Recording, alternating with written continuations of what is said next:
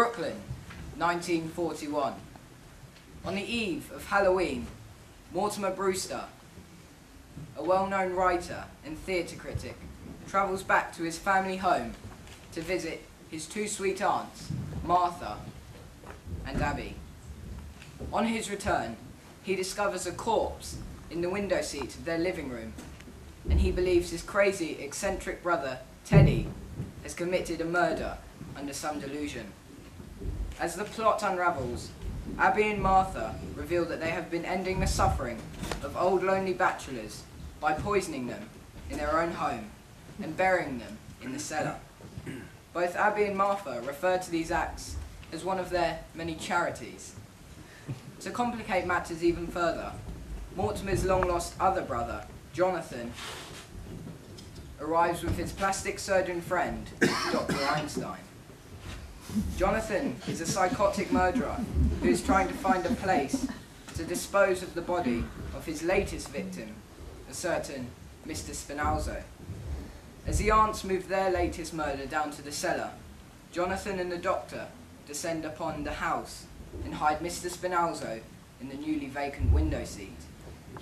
In this very active scene, Mortimer returns to the house after seeing a play and meets Jonathan for the first time in a number of years. And things go from bad to worse when the family receive a visit from O'Hara, a local police officer.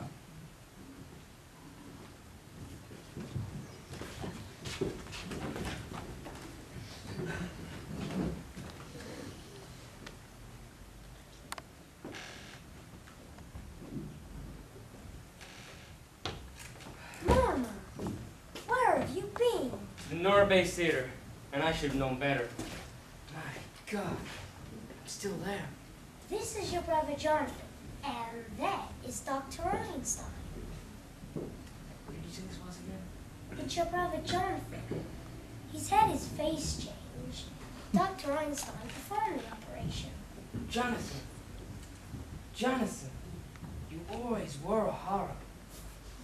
Do you have to look like one? Easy. Mortimer, do you remember the things I used to do to you when we were boys?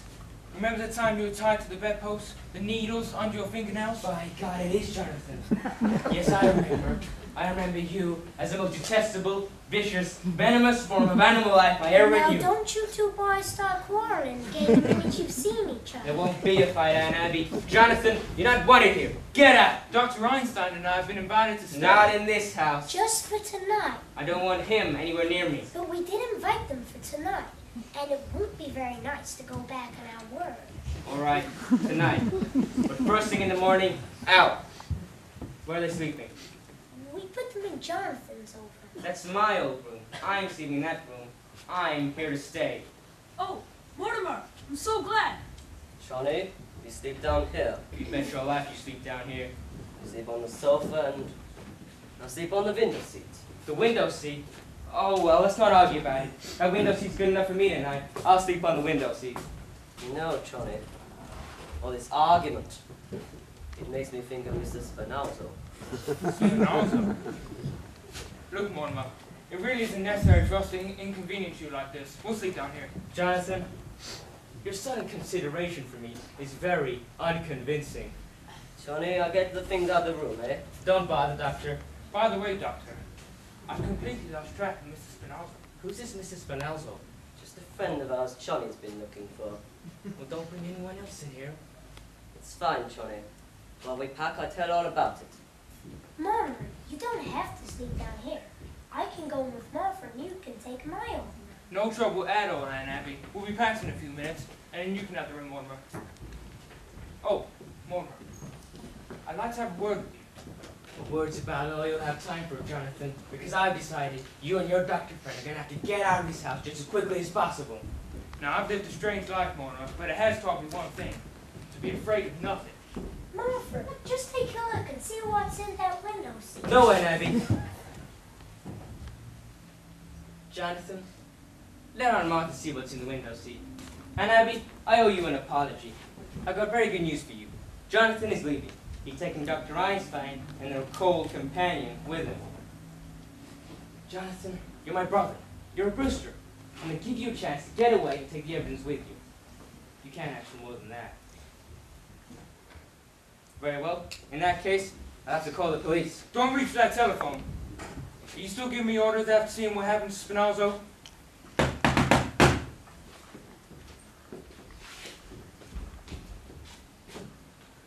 Hello, Miss Abby. Oh, so O'Hara, is there something we can do for you? I saw your lights on, and I thought there might be some sickness in the house. Oh, you got company. I'm sorry I disturbed you. No, come in. Yes, come in. Come in, Officer O'Hara. This is our nephew, Mortimer. Pleased to meet you. And this is another nephew, Jonathan. Pleased to make your acquaintance.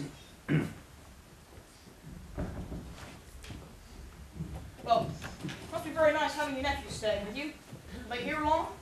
I'm saying Jonathan is leaving. Hey, have I met you before? I'm afraid not. Jonathan hasn't been home for years. But your face looks familiar to me. Maybe I've seen a picture of you somewhere. I don't think so. Well, I certainly am glad to meet you.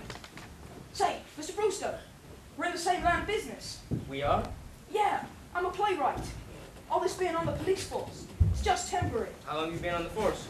12 years. I've been collecting material for a play. I'll bet it's a honey. Well, it ought to be, with all the drama I get being a cop.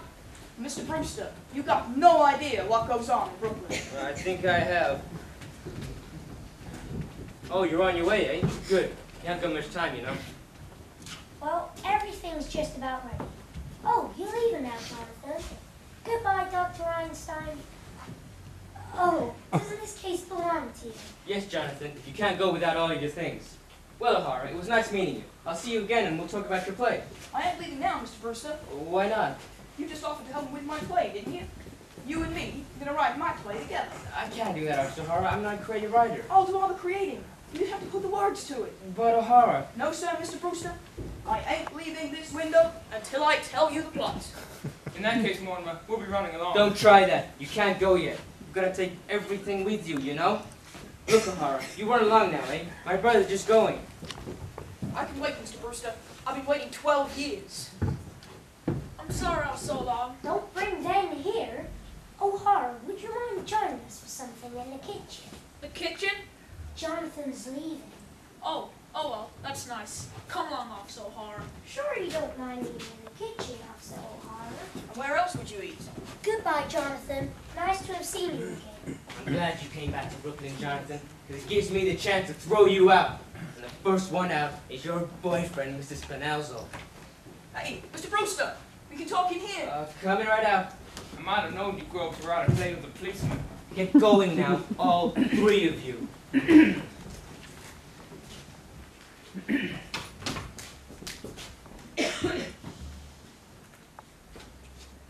Doctor, this affair between my brother and me has got to be settled. Now, Johnny, we've been chased all over the world. Your brother gives us a chance to get away. What more could you ask?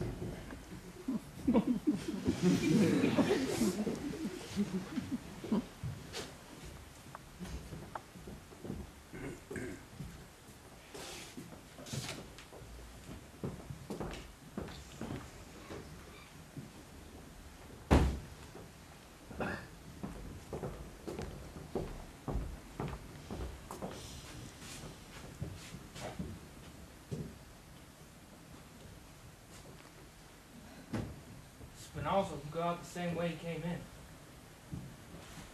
Johnny, come quick. What's the matter? You know that hole in the cellar? Yeah? We got an ace in the hole. Jonathan! Jonathan! Jonathan! Yes, Mortimer? Where have you two been? I thought I told you to get... We're not going. Oh, you're not? You think I'm not serious about this, eh? Do you want to hard to know what's in that window seat? We're staying here. All right, you asked for it. That gets me rid of you and Officer Hara at the same time. Officer Hara, come in here! If you tell Horace in the window seat, I'll tell him what's down in the cellar. The cellar? There's an elderly gentleman down there who appears to be, well, very dead. What were you doing down in the cellar? What's he doing down in the cellar? No thanks, ma'am. They were fine. I've plenty. Now, what are you going to say to O'Hara?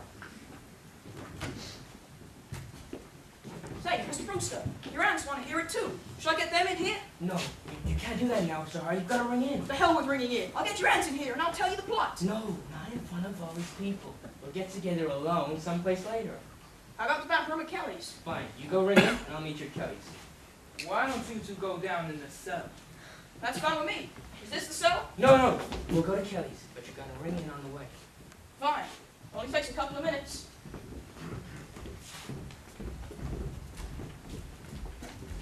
Ditch this guy and be back in 5 minutes. I expect to find you gone. No, actually, wait for me. We'll wait for him, Doctor. I've waited many years for a chance like this.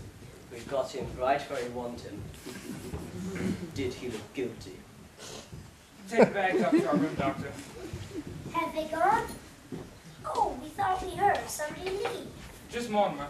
He'll be back in a few minutes. Is there any food left in the kitchen? I think Dr. Einstein and I would enjoy a bite.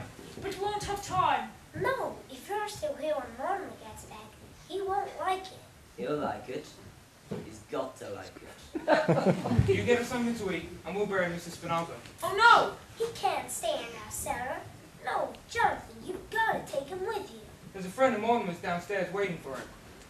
A friend of Mortimer's. He and Mrs. Spinaldo will get along fine together. They're both dead. Oh, it must be Mr. Hoskins. Mr. Hoskins. You know about what's downstairs? Of course we do. And he's no friend of Mortimer's. He's one of our gentlemen.